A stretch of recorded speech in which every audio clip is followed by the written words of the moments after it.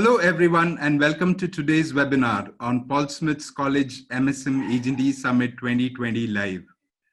Our attendees are on the process of joining the webinar. In the meantime, on behalf of all of us in Paul Smith's College and MSM, I hope you, your families, and all your colleagues are all safe and well. We are seeing positive signs on the vaccine developments across the globe, and all of humanity is getting accustomed to the new normal as the pandemic is spreading everywhere. Good morning, good afternoon, and good evening, ladies and gentlemen from all parts of the world. I would like to thank you all for taking time out and being here today with us. My name is Jim George, Manager Global Marketing Office, overseeing US institutions at MSM, and I'll be your moderator for today's webinar. I'm delighted and pleased to introduce today's presenter, Ms. Jody Rossi. Jody is the Associate Director of International and Veteran Admissions at Paul Smith's College. A heartily welcome, Jody, for joining this webinar. Thank you, Jim. Yeah. Before I hand over the mic to Jody, I'll run through the housekeeping requirements that are needed for today's presentation and the Zoom webinar platform. So what's today's agenda for the webinar? Yes, you will be hearing a comprehensive presentation on Paul Smith's College by Jody. You will hear on what the new normal at Paul Smith's College is, get an insight on how a 5-star resort was converted to a destination educational institution. You'll get to know more about the motherly care and attention every international student will receive at Paul Smith's College, and to get further insight on careers of the future that Paul Smith's College has to offer. As a reminder, everyone is currently muted and will encourage you to type in your questions and comments throughout the presentation in the Q&A session present in the control panel. Later on in the presentation, we'll have a brief moment for Q&A, at which point you will also be encouraged to type in your questions. In case you're facing any technical issues, please feel free to drop in a message in the chat box.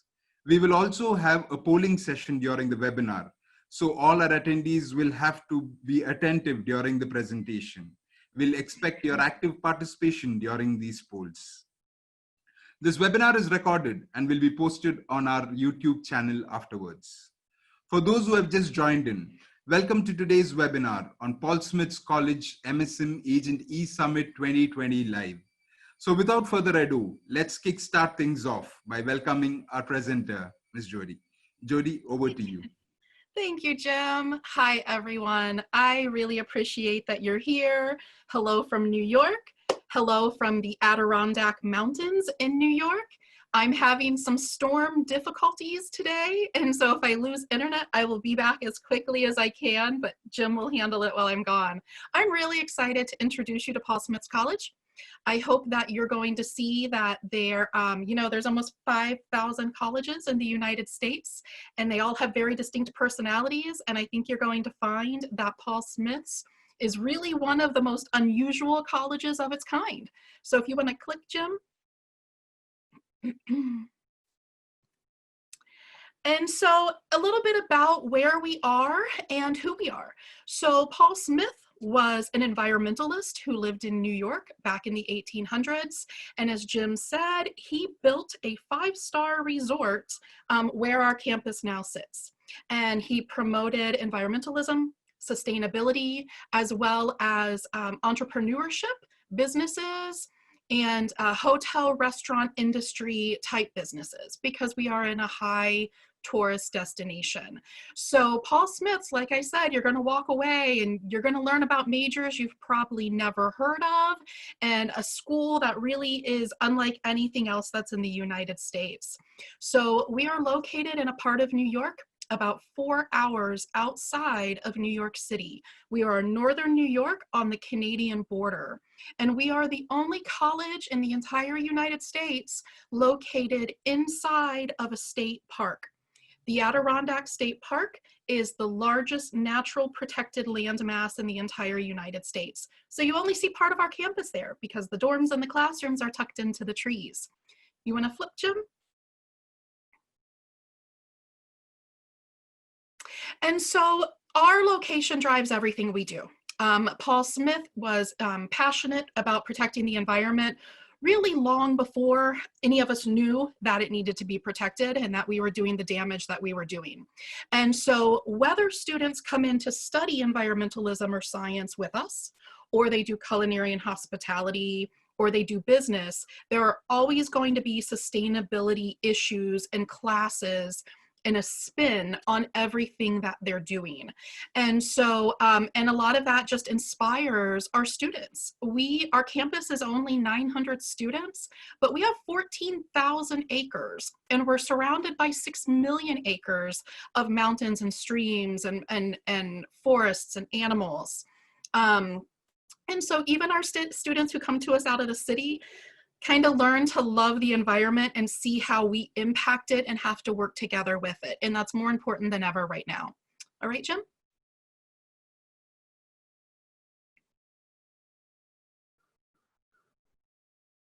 And so we're not the type of school, like I said, we're under 1,000 students. We don't offer 200 majors. We highly specialize in what we do. We've been doing for a long time, and we do really well. So everything within the environmental science, hard sciences, sustainability, biologies, human health realm. We then do business, entrepreneurship, management, very strong business program. One of our graduates is the VP of Disneyland, if that gives you a hint as to our success. And then we do hospitality, tourism, and culinary. And because we are in this high tourist area, 4 of the top 10 resorts in the entire world are actually located in our park, and that's where our students intern, that's where they practice, that's where they work, whether they're doing business, culinary, or hospitality. And so we really give them access to this very unusual place in the world, and live and learn, basically where people vacation. And that's a really special thing. And we're good at it. You can see by our awards, we do it well. All right, Jim? So we're going to play a short video. I have several videos throughout this, so that you just don't have to listen to me talk the whole time.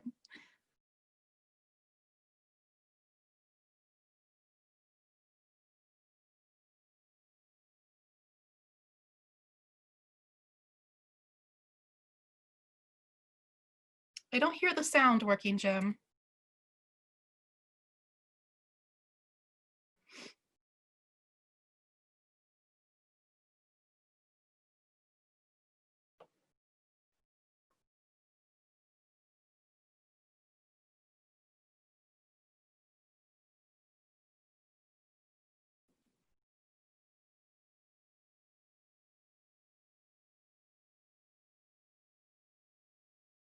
I think we're having some technical issues. If you just bear with us for a moment, internet has been slow for both Jim and I today.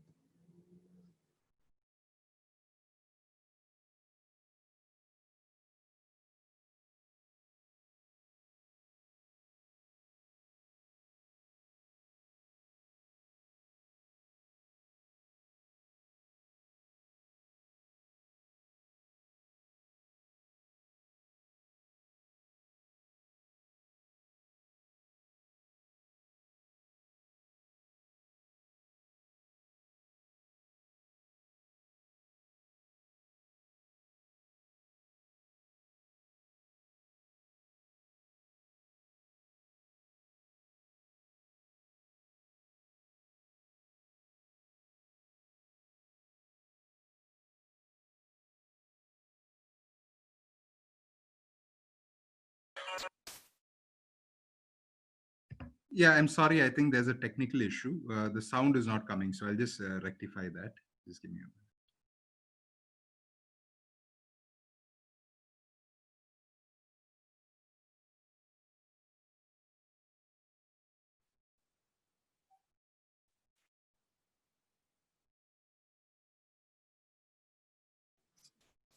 Hi, everyone. Sorry.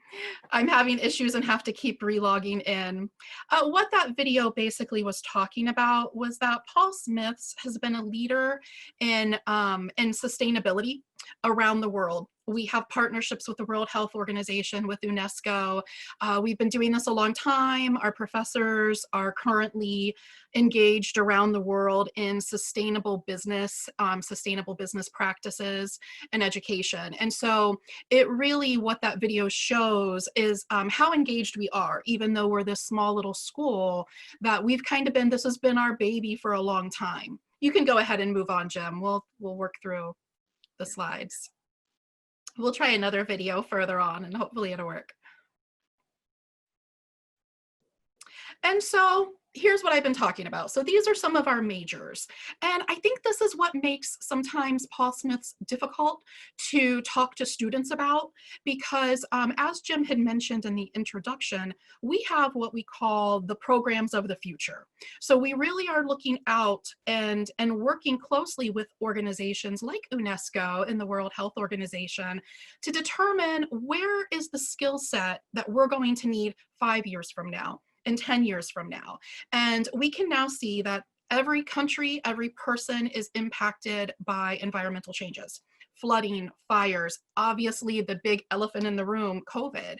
And so right now there's a huge shortage of students going into these specific fields of study, and the demand is high.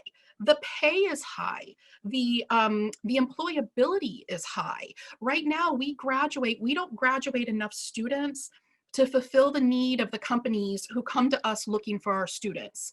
And so that's really significant. That tells us that there's this huge demand, but there are not enough students who understand these majors. And I think that's what makes our job as educators and agents hard, because when you look at the names of these programs, they're a little different. And so they're not engineering, they're not computer science. And so I think students haven't heard of them. So we have work to do to introduce that. But when you have a student who comes in and they love the environment, they don't know if they want to do law, if they want to do environmental engineering, not sure what they want to do, or they love animals, or they want to do something in their country that's meaningful. These are the types of programs that you can introduce them to.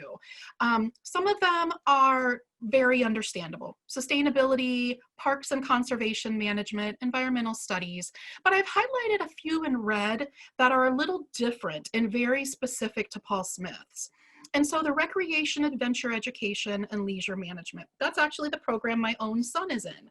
And so that is for the type of student who wants to start their own adventure company. Maybe they want to do zip lining, canoeing, but they also want to have an element of environmental education attached to that. So they may work in state parks and national parks. They might work for government organizations and facilitate education of environmental sciences and also make it fun. Integrative studies is a way that we allow a student to build their own major. So if they come to us and they like a little bit of all of this, but they also like some other things, we'll build a major for them. We'll work one-on-one with them. That is what we do. Our classes are about 13 students per class. They work on a first name basis with their faculty members. And so we will build something around what they're interested in. For instance, we have a student who wants to learn everything about penguins this year. And that's what she wants to work with, is penguins. And so that's what they're doing. They're building a program for her where she will be a specialist in that specific animal. Fisheries and wildlife science is our most rigorous program. It's along with biology. And so that's for students who really, maybe they want to become a veterinarian, maybe they want to work at an animal rehabilitation facility. Our fisheries and wildlife science students, as students, they do things like what you can see in this photo. They're working with the animals that are on campus, they're maintaining them, they're monitoring them, they're doing real science. If we have a bear on campus, they will trap that bear and move it to another area. Students will. So it's a pretty amazing opportunity to work with animals in a way that you don't typically get at an undergrad level. And it is a highly rigorous scientific program. Most of those students are going to go in and work on a master's or a PhD. So the two at the bottom are the ones I really want to hit on because they are very relevant to our world right now. And hopefully the videos will work for these because I think they do a really great job. So human health and the environment. That is explicitly looking at how our environment is impacting human health and how we are responding back to that. It is the connection between humanity and the world and how these viruses form and how they spread. There's definitely public health components. This is for students who want to do toxicology, immunology. They maybe want to be in a lab, or they want to be working with malaria or TB. And so this was developed just a few years ago because the demand from the World Health Organization asked colleges to please start offering programs that students could get educated in this. And then here we are in this worldwide pandemic, and the shortage of experts is profound. So it's important. And I think if students are feeling powerless in this moment and they want to make a difference in the world, this is a fantastic program for them to go in. And on another side of that is disaster management and response. So as we're seeing, the environment is dealing us all kinds of blows, whether they're environmental, like floods, whether they're medical, whether they're man-made disasters, so war and mass migration of people. We know that all of this is impacting people in the planet. Disaster management as response is for people who want to be on the front lines of that. They may want to do policy. They may want to do federal level, government level work. They may want to work at the state level. They may want to be in the thick of it all. If there's a flood, they fly out and they help people. They may want to work with architecture and how do you build sustainable buildings that are earthquake resistant and flood resistant and minimize human loss of life. So again, probably not majors you've heard of or our students have heard of. So there's a lot of education to do in those fields. And that's why I've spent a long time on this slide, because these are really specific. So you'll see there, those are classes from fall. And so because we're in a state park, our students spend about 50% of their time out of the classroom. So we do active learning. They balance it with lecture and classroom learning, but most of it is actually being out doing it. All right, Jim, you can click on through.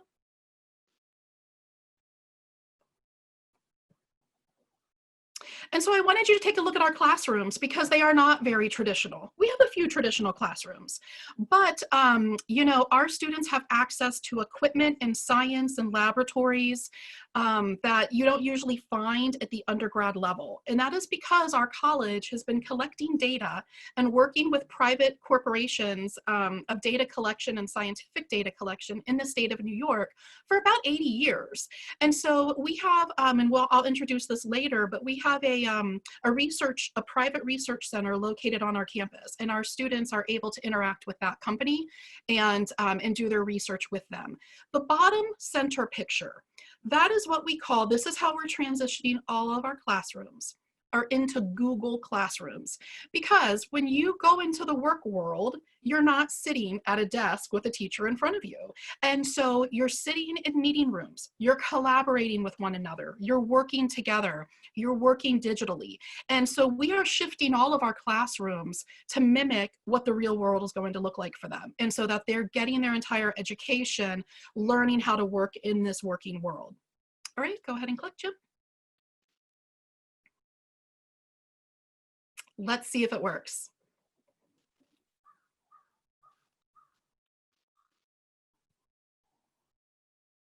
I'm Leanne Sporn, and I am the coordinator of our brand new Human Health and the Environment program. And I'm not pleased with what's going on in the world today, but I am pleased that Paul Smith is really addressing the issue of a real need for a workforce in public health.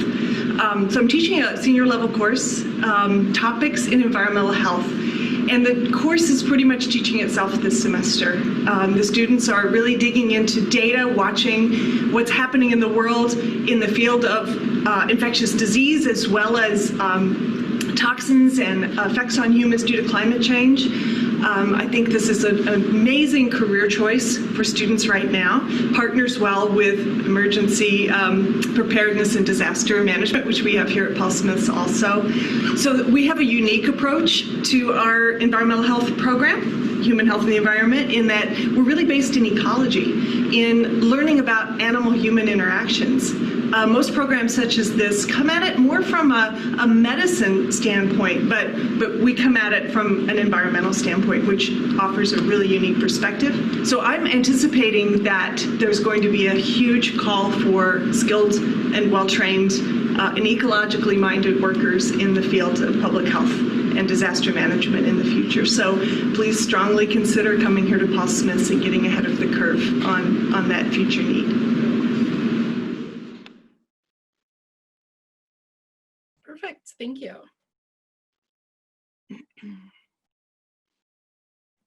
And so this is the Adirondack Watershed Institute. This is the private research center I had mentioned, and it attracts top scientists from around the world. It operates year-round, and they are really looking at water quality and water protection, invasive species, and water research. And so our students get to interact and do very high-level research that, again, you don't typically have access to as an undergraduate student. So the type of equipment found at the Adirondack Watershed Institute is only really found in government-level labs, very high-level labs. It is fantastic equipment, and students get to interact with those scientists. If they have a research project they're interested in, or if one of the scientists at the AWI knows a student, they will invite them to participate in the papers they are publishing and at the conferences they're presenting at. So this is where we really build up a student's resume. And it's kind of what we're known for, is hands-on education, outside of the classroom, unique hands-on opportunities. And we go a little bit further than a lot of other colleges that just require internships, because this is part of our everyday learning here. It's not a summer internship. They can work there and research there and collaborate with scientists the entire 4 years they're here. Great, go ahead, Jim. So very quick video, and this is about disaster management and response. Can you hear that? That's the sound of preparation, dedication, and a cool head. It's believing in something bigger than yourself and knowing what it takes to get the job done. I bet you thought this was going to be something different. And it is. It's a Paul Smith's College classroom. And this is Disaster Management and Response. Climate-based disasters are exploding across the planet. At Paul Smith's College, you can learn on-the-ground tactics for managing disaster situations, or concentrate on facts and data for a career in planning and prevention. Here, amid the beauty of the Adirondacks, in addition to earning a 4-year degree, you can receive real-world certifications, or earn an academic minor to broaden your knowledge and hit the ground running. The demand for response teams will grow, and Paul Smith's College will train you to handle the challenge, wherever it may be. You'll make the world a better place.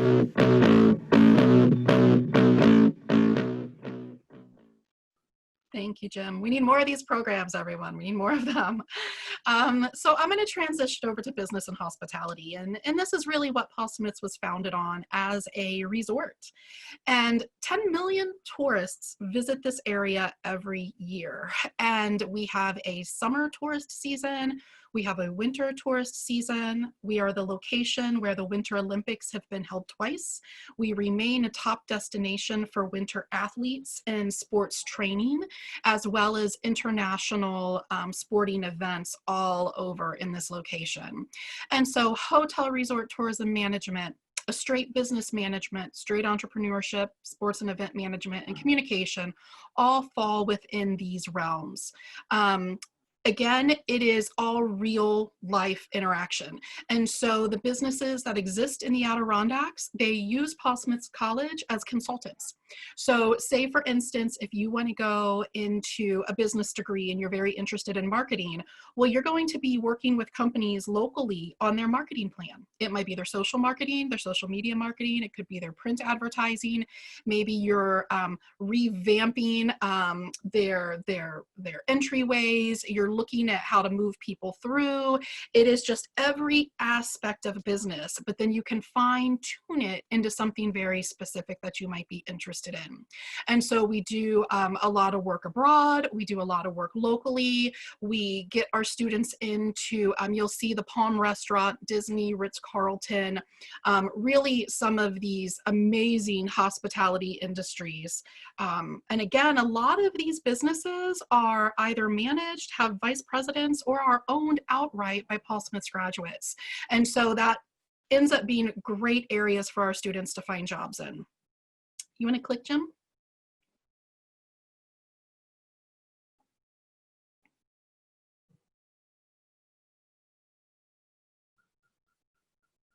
Can you feel that?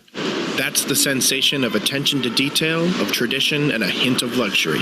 People from all over the world move in and out of rooms just like this one every day. I bet you thought this was a boutique hotel. Actually, it's a Paul Smith's college classroom, and this is the Hotel, Restaurant, Resort, and Tourism Management Program. Smiths, you'll learn everything it takes to be an effective leader in hospitality. Our accomplished faculty create unique coursework preparing you to rise to the top. You'll upgrade your resume with hands-on experiences like the semester in residence and our partnership with the Tuscan-Emilion Apennine National Park in northern Italy, where you'll focus on the growing sustainable tourism movement. Generations of Smitty's are now leaders in hospitality and part of a strong alumni network dedicated to helping you secure your place in the industry. You'll create the place to be.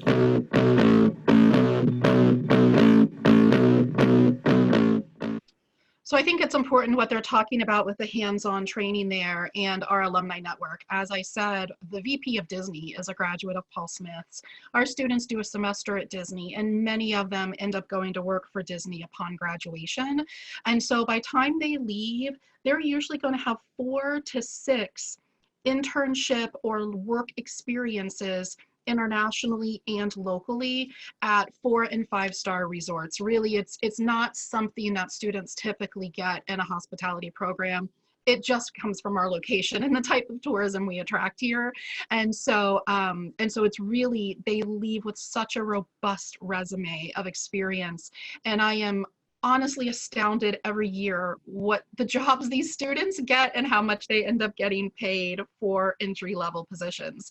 Sometimes over $100,000 a year, and it just blows my mind. And that is through our connections and our alumni network. All right, let's run the poll, Jim. Yeah, so it's our poll time. We only have a single poll today.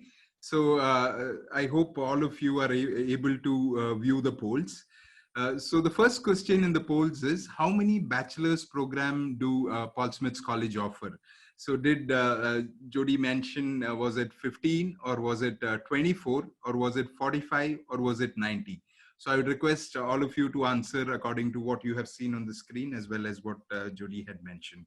Coming to the second question, you can see that what is Paul Smith's College campus sits on how many acres of land?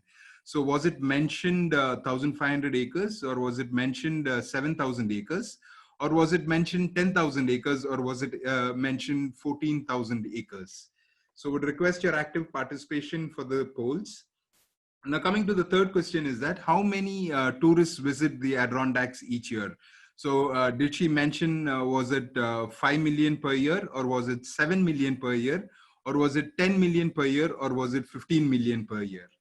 And then coming to the final question, this is just a quality assurance question, just to ensure that all of you are able to hear us and see the videos, see us also properly. So the question is that rate your audio and video qualities for this webinar. So you can mention, was it excellent, or was it very good, or was it good, or was it poor? So according to that, we can answer it. So I will wait for another 10 seconds so that we can get maximum number of active participations for the same. And yes, so I'm just a little more time just to ensure that most of you have voted. Yeah, I think we'll end the polls now as we're reaching the time. And then, yeah, so I hope all of you are able to see the results. You're bang on correct for the first question, that 24 bachelor programs are being offered by Paul Smith's College. Then the second one, there is a slight difference. It's 14,000 acres of land. So 42% of them told the right answer, and a few told 7,000, but it's 14,000 acres of land. And then 42% of them have told the right answer of how many tourists visit. Nearly it's 10 million and above tourists visit the Adirondacks. And thanks that nearly 70% of them have either excellent or very good quality of the videos. So over to you, Jody. Thanks. Yeah, you move on to the next slide, please.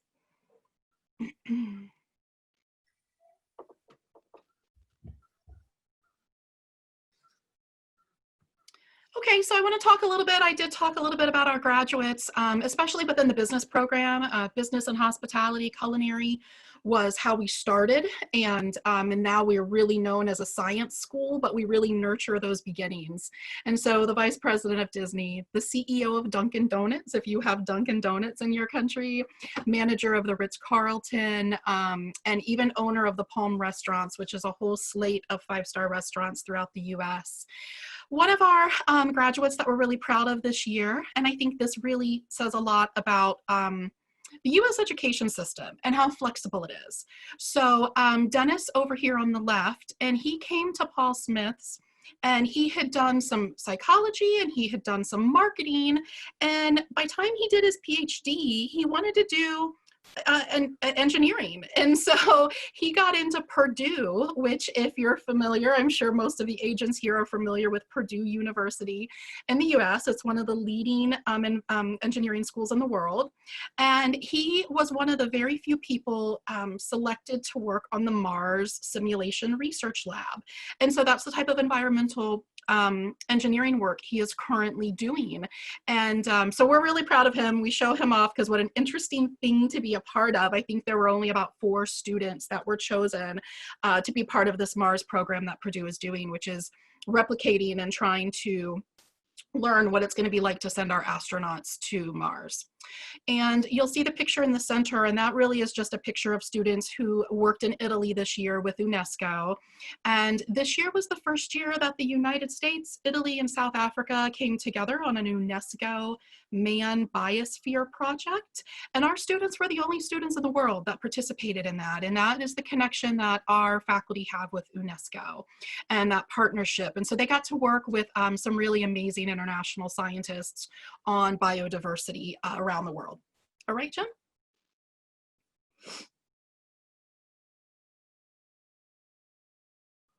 And so culinary management is another big one. When you have really fancy hotels and you have 10 million tourists a year, you need good food.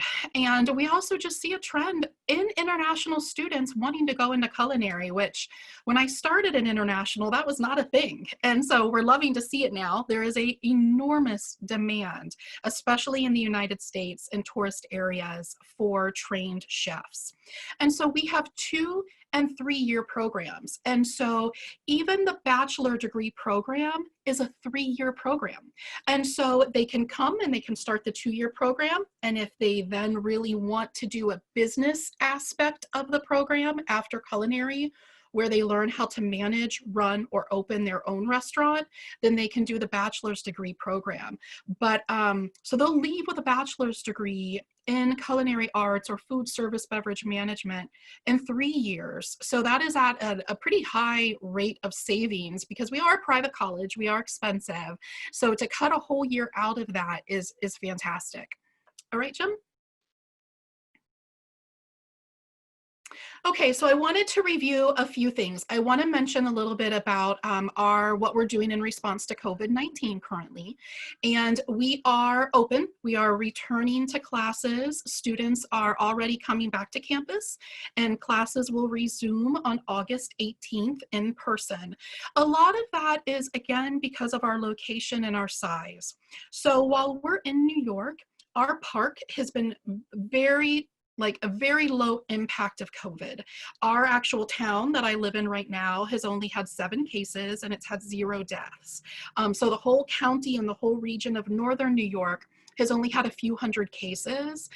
And because of that, and because of our remote location, and because of New York's mask laws and social distancing policies, we really have been able to mitigate and keep COVID under control. And we feel confident that we can keep our students safe this year because we do spend a lot of our time outside, because our classes are typically under 20 students per piece.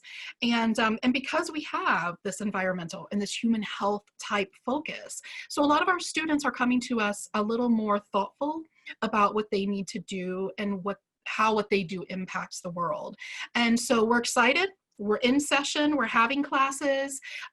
We have a handful of international students returning back. We have a couple new ones coming from a couple of countries that are allowing students to travel back, but of you are aware of the visa and embassy issues this year. And so we had quite a few students we did defer to January, hopeful that embassies will open in time for them to get their visas. So we are supporting them. They are allowed to do some online classes if they want to, or they can just defer, keep their scholarship, keep their financial aid, and hopefully come to campus in January. So we're being as flexible as possible. We don't require the SAT. We don't require a fee to apply. We will accept unofficial documents until that student decides to enroll, at which time we'll need officials. We will accept late test and final exam scores. We're really working with our students on a case-by-case basis, depending on what country they come from. So a lot of that is because I'm a one-person show. So I recruit the students, but I also take care of them and do all the international support once they're on campus. And so I'm very aware of what our students are going through this year.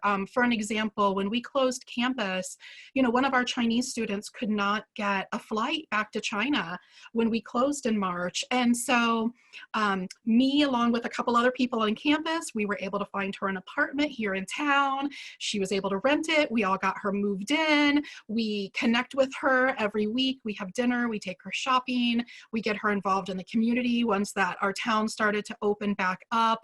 And so we don't just leave our students to kind of fend for themselves. We have very few students. We know all of them very well, and we know their specific situations. And the same applies for applicants. And so I'm very flexible. We now accept Duolingo so that they do not have to go do the TOEFL or IELTS. They can enter in the fall or spring. Again, flexibility is the key, and we are supporting that as much as we can. I want to talk a little bit about our application process. So we're on the Common App, or there's a Paul Smith's application. I need transcripts, English proficiency, and they can either choose to do an essay or a letter of recommendation. Again, no SAT or ACT is required. We award scholarships at the time of admissions, and I have really good news. I just put those numbers on this screen a couple days ago, but yesterday our scholarships were updated, and they are now $3,000 more. So they start at $12,000 and go up to $17,000 a year. And so our overall I-20 cost is $49,000. So a student getting $12,000 to $17,000 a year is really substantial. And so we're proud of that and happy to include that. We also accept the CSS profile and can give minimal financial aid for students on a need-based level. That usually maxes out at about $2,000 or $3,000, but we're willing to look at finances and increase that award amount a little bit as well.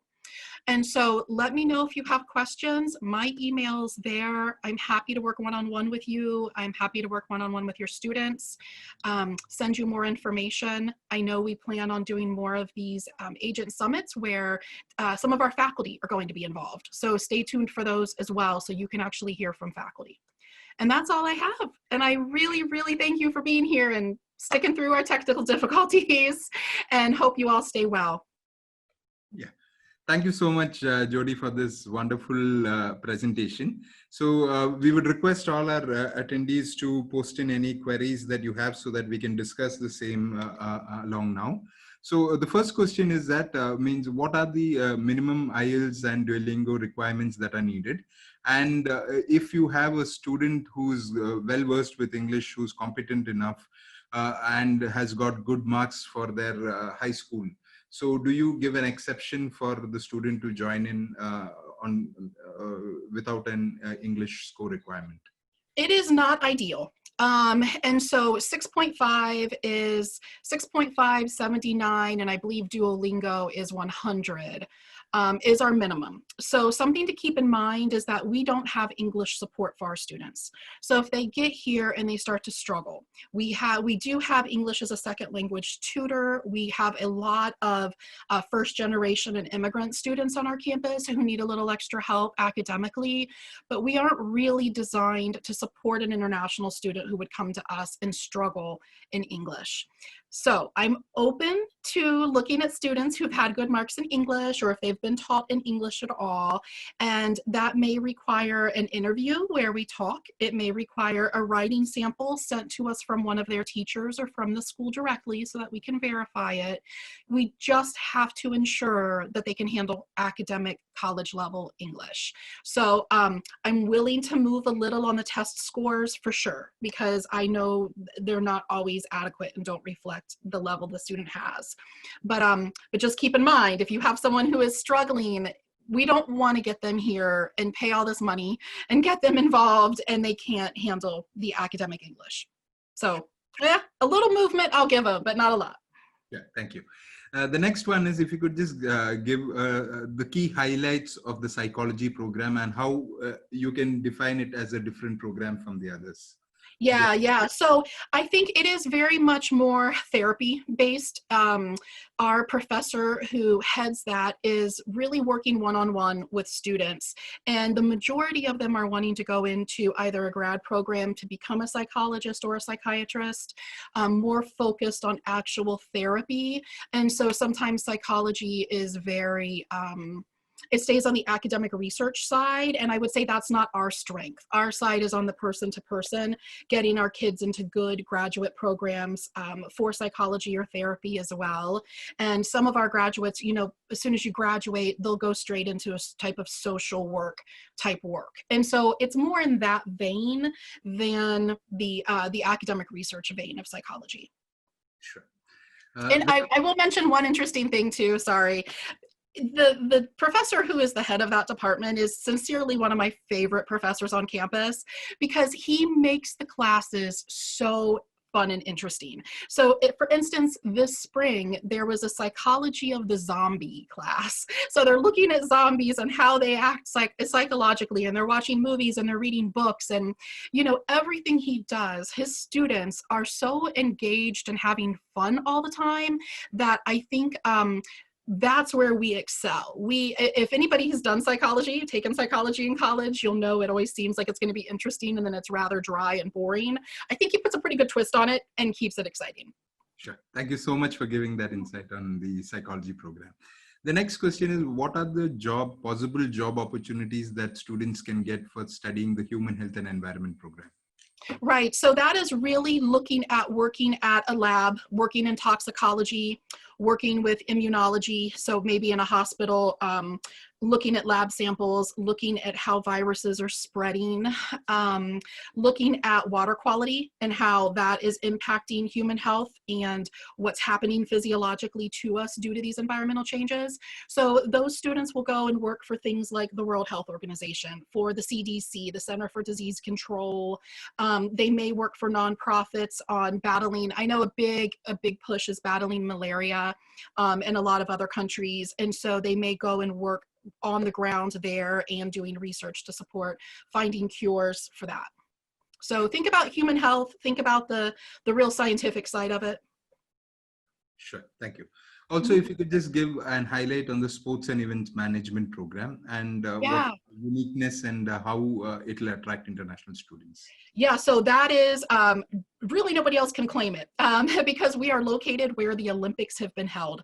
And so when we talk sports and event management, we are not talking small level sports. We have an Olympic committee. We have top level Olympic athletes that are on our campus and have graduated from Paul Smith's and are in this area and work closely with us. We have a whole Olympic committee. Those students are actually working in the Olympic Park every week. They're at the Olympic venues. They are behind the scenes. We have the International University Games are being held in the United States in 2024. And it's the first time they've ever been held in the United States, and they're being held here. And our students that are currently in that program are helping design, manage, run the entire thing. Right now, they're looking at venues. They're trying to figure out where are we going to put all these people. They're looking at building apartments and training facilities. And so it is really very Olympic, large scale, high level focused. It's access to the best athletes in the world from day one, and access behind the scenes. I mean, I'm not a sports person and I am blown away every time I get to go to one of these Olympic level venues where these events are being held every year. We have Ironman competitions. We have all the leading hockey games take place, and just huge international bike racing competitions. It is all happening here all year round, and that's what those students are working with. And so it's not going to be for the student who wants to manage a sports team. It's going to want to be for somebody who's working at some international level. Sure. Thank you. And that would be a very insightful program for the international students. Mm-hmm. Yeah. So the next one is, can you just give a little more brief on if there are possibilities for a student to get on-campus jobs, and what are the jobs that are available? Yeah, so we have plenty of on-campus jobs. So international students can work 20 hours a week. They have to go through the whole application process and be hired just like everyone else. But they can work 20 hours a week. We have jobs in my office, in the library, in the dormitories, pretty much all of the businesses and offices around campus. And we usually have more jobs than there are students who are willing to work. So pretty much any student who wants a job on our campus can have one. Well, that's also very good news for the international students. The next one is, can you just give a small brief on the housing facilities, and now if an international student comes, how they will be taken care during this COVID-19 situation? Yeah. So we are mandatory residential, which means because we're in this tourist area, there is not affordable housing for college students that is reliable. It's all big vacation rentals and hotels and things like that. So we're mandatory residential. Everyone has to live in a dorm. The first year is the very traditional freshman dorm. They have a roommate. There's a bathroom at the end of the hall. They all share. They learn how to live with one another. After that, we have a huge variance of dormitories, and they're from apartment style to hotel room style to suite style, and students get to choose where they want to live, who they want to live with, what type of dormitory they want to live in. We don't have a dormitory shortage like a lot of schools do, and so there's a lot of variety there for students. If you look behind me on this picture right there, there's actually two dorms tucked into there, and they have beach views. You can step out of your dorm and you walk out onto the beach. So it's a spectacular place to live. Obviously the meal package comes with that, our cafeteria and a couple other little areas where you can grab snacks and eat on campus. So they do have to live here the whole time. And as far as making arrangements and getting to campus, that's all me. So when a student works with me through the admissions cycle, I'm usually the one who picks them up at the airport as well. I work with them and their family on where to fly into. They usually come into New York City or Boston. They may fly to Vermont. We have a good train and bus service because we're so close to the city and so close to Montreal and Boston. So there's good trains, there's good buses, but really the closest big airports are about 2 hours away. And so I go and pick them up and I help them move in and I help them get adjusted. And that really is part of that whole care package that we provide international students. We have vans on campus that run into the local tourist towns, like where I live, 15 minutes away. And that's where they can go grocery shopping, go to the movies. We have a really good live music scene and a lot of entertainment because we're in a tourist area. And so those vans, they can hop on and hop off from campus all day and get back to and from campus. And then I'll do special trips as well. So like sometimes we just go see like one of our alumni who works maybe a couple hours away and has a cool business. So we take a ride down there, but we can do bigger shopping trips as well. And then once a week, the school van goes into the bigger cities for bigger shopping. And so we make sure the students get out and about. But it is rural. And so for the most part, for international students, when they're on campus, you know, they're going to have friends who have cars right away, which helps make it easy. Some of our international students do have cars as well. But, you know, it is not a little college town. They can walk off campus and they're in a little town. They do have to get a ride into town. Sure. Thank you. The next one is, how does the institution, Paul Smith's College, help the students to get their optional practical training? And what is the rate at which international students get that? If you just give a little brief on the possibilities of an international student getting the optional. Right. So So, I mean, it's good. You know, right now I know you're hearing a lot of the bad news. We're hearing a lot of the bad news as well. And we anticipate this is going to change. For the most part, international students don't have a hard time getting OPT or CPT. We're very internship focused. We're very job placement focused. And we work with a lot of the same consistent businesses and have for years because our majors are so specific. So again, we're not working with 200 students who have 200 different majors. We have connections in these towns. We know who we can connect them with, who support OPT. And so I don't have, I'm sorry, I don't have the data to show, you know, how many students or what percentage of students are getting OPT. I am the person who works with them through that whole process and supports them through that process. And it's, you know, everything is very up in the air right now with our current administration. And so I think things will level back out at the end of the year when he's gone. And that's what we're hopeful for. And OPT will come back full force and students will feel confident about it. But it's a scary time for OPT right now. It is. And that's across the board. That's just not for us. Sure. Thank you so much for that insight. Also, if you could just give a small brief on the safety, means how safe it is on the campus, especially in terms of being inside a state forest, a state protected forest. Yeah. And so, I mean, because where we are located, we have some of the lowest rate of crime anywhere in New York.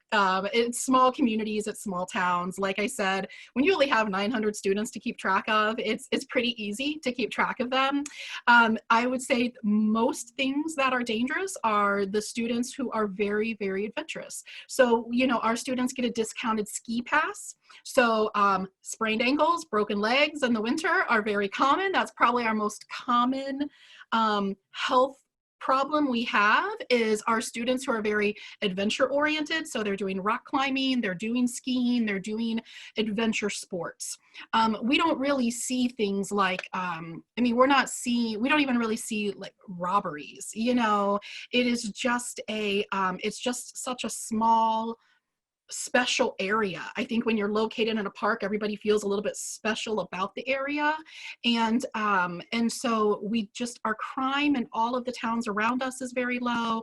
Our crime on campus is very low. Parties is pretty much our biggest problem on the weekends, and kids who are taking their boats out or swimming. You can see the lake right there, and we have free kayaks and canoes, and they actually have to go through a training course when they arrive to learn how to do all of that. But most of the accidents come from being a little too adventurous. And that's the biggest safety concern we have. Yeah, so it's a very, very safe campus. Yeah, it is extraordinarily safe. My son's there. I feel completely confident about his safety there. It's not something I worry about.